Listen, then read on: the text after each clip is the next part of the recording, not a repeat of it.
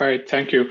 Well, good afternoon, everyone, and thank you for being here. It's a very good attendance, definitely for a Sunday. Now, originally, when we submitted this abstract for the presentation, this was the original title, Benchtop Biogenic Testing of Microbially Induced Corrosion of Concrete.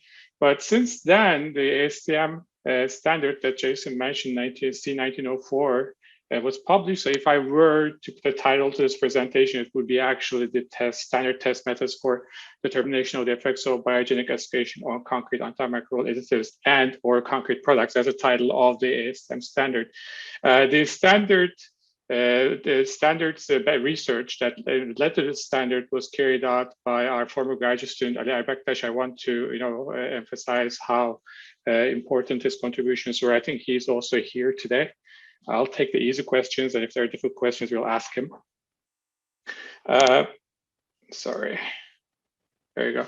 So Jason did a wonderful job for me. I'm not going to repeat all of the things that he covered, but one thing that needs to be highlighted for my presentation is that there are different types of bacteria in these systems where the acidification can occur and the concrete damage can be seen.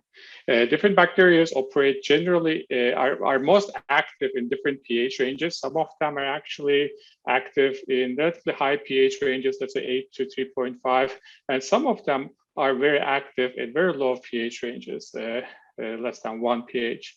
Those ones that are active in this area basically are called neutrophilic sulfur-oxidizing bacteria, and the ones that are very active or preferentially active in the low pH are called acidophilic sulfate-oxidizing bacteria. This is important because the way that ASTM document or ASTM standard was developed utilizes these different types of bacteria to create the conditions that we need.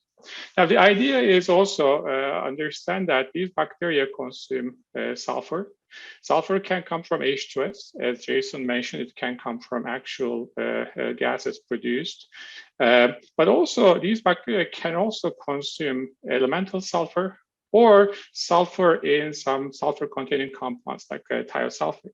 Now, it's important for us to talk about this because the way that we looked at this is to utilize this feature of these bacteria that can be that they can consume elemental sulfur or sulfur from compounds instead of H2S. So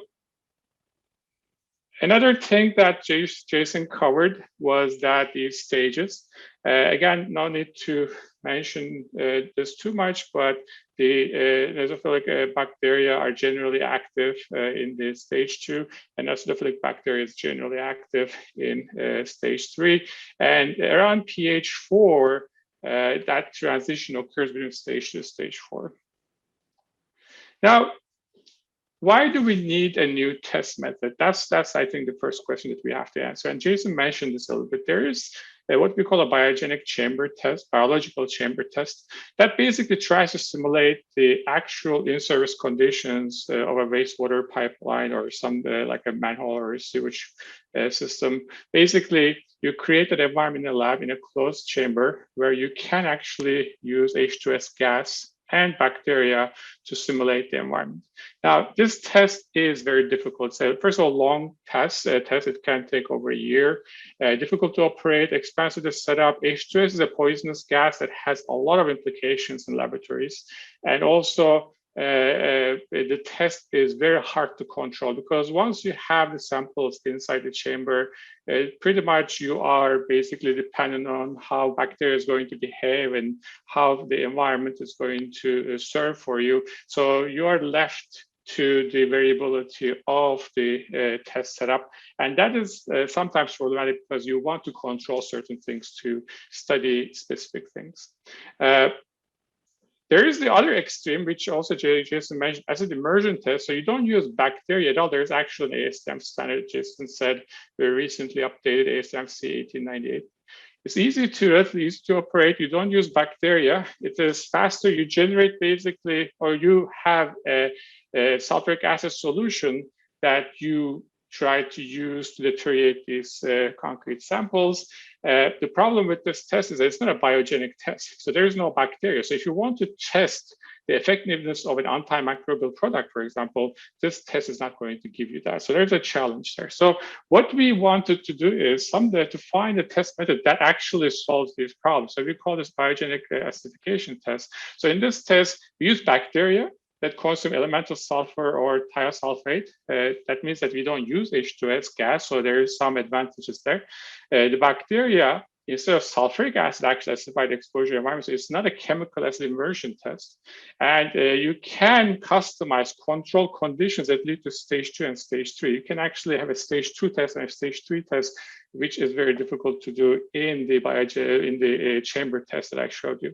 Now, these bacteria are biosafety level 1 bacteria, so no special biological safety precautions are necessary. However, you have to be careful about not cross-contaminating the system so that the test results are meaningful, and use some common sense in the laboratory.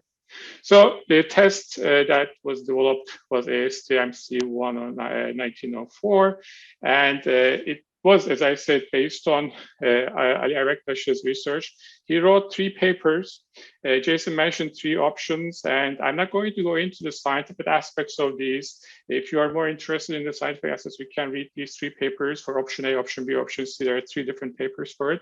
So I will leave that to you. Today, what I'm going to talk about the actual test and how it does. Again, we're not going to go into very detail on how things are done step by step, but keep it relatively a high-level view. So option A is, as Jason said, is a solution test. It's basically a test that you use to see if an antimicrobial additive is effective or not, at all effective, or if it is effective, at what pH range is it effective, or if it's effective, what kind of bacteria against it's effective. So it is actually assessing efficacy of antimicrobial mixtures in delaying or preventing biogenic acidification in nutrient-rich simulated wastewater. It's not a concrete or paste or mortar test, it's a solution test. Option B is actually a paste or mortar test that simulates stage 2. Option B is divided into 2 parts, B1 and B2. B1 is you basically just use it to compare different antimicrobial products. So your antimicrobial products are different that you want to compare with each other, but you keep the actual cementitious system constant. So you have a prescribed cementitious system. In the B2, you actually do the opposite. Now you may want to test one antimicrobial product against or for testing different types of cementitious systems. So you can customize your cementitious systems here. Similarly, option C does what option B does for stage 2, but it does it for stage 3. As Jason showed, these are actually paste or mortar tests. Now, let's talk about option A a little bit. Option A is basically a solution test. You create a nutrient media. Nutrient media composition is this. There are some sulfur compounds here. No need to get into details. But the idea is that the bacteria activity and population, as well as pH, affect how the antimicrobial products will be actually used or will be effective. So the test identifies 3 different severity levels depending on the bacterial population activity, and you actually compare if if antimicrobial product is effective or not. So if it's effective, for example, if you look at the pH, pH is not going to move. In a control cell without antimicrobial product, you actually will have a drop in pH. As in the case, this antimicrobial is not effective on the right. You can see that the pH drops even in the antimicrobial solution. So it's a very important test that can tell us a lot of things. The nice thing about this test is that you can run this test at different pH levels and with different bacterial activity and population to customize or to understand how an antimicrobial product will behave in different environments. So it's a very beneficial test in that sense. It's a screening test in a way. Now, the other options, option B and option C, are done on these 2.65 millimeter thick discs cut out from 50 by 100 millimeter cylinders. Now, option B1, as I said, then the prescribed system, and that prescribed system is basically type 1 to OPC based on ASTM-C 150 and water spent ratio 0.40 times. Sorry, there's a point here. B2 You can actually create your own mixture, paste or mortar, and then test it. Similarly, you can create your own mixture to test in stage 2, which I will talk as well. So in option 1, your goal is to keep the pH above 4, which is a stage 2 environment. And you refresh the solution whenever the pH drops below 4. Or if it doesn't, you keep refreshing it every 10 to 12 days just to make sure that your solution is refreshed. And you do this test a minimum of 3 cycles. In this stage, you use this bacteria, it's a neutrophilic bacteria, and you apply the bacteria on the samples, not in the solution. You actually inoculate the surface of the samples. You have to have inoculated cells, and you also have control cells without the bacteria to compare them against each other. In option C, which is similar to stage 3, you create an environment with pH less than 4. Now, in order to do that, you have to add another bacteria, acidific bacteria, and that actually creates the solution. Now, if you remember, option C, as Jason mentioned, is actually a biogenic acidification test or acid immersion test, but it is not necessarily a test where you inoculate the surface of the specimens, but you basically create a very acidic solution biogenically to look at how these samples are deteriorating. What you're monitoring while you're doing the tests, in the case of option B, you measure the pH of the solution, calcium ion concentration in the solution. There's an optional measurement, sulfate concentration in the solution. And there are also some other optional things. So you can do cell counting if you want to see what the bacteria is doing in the solution.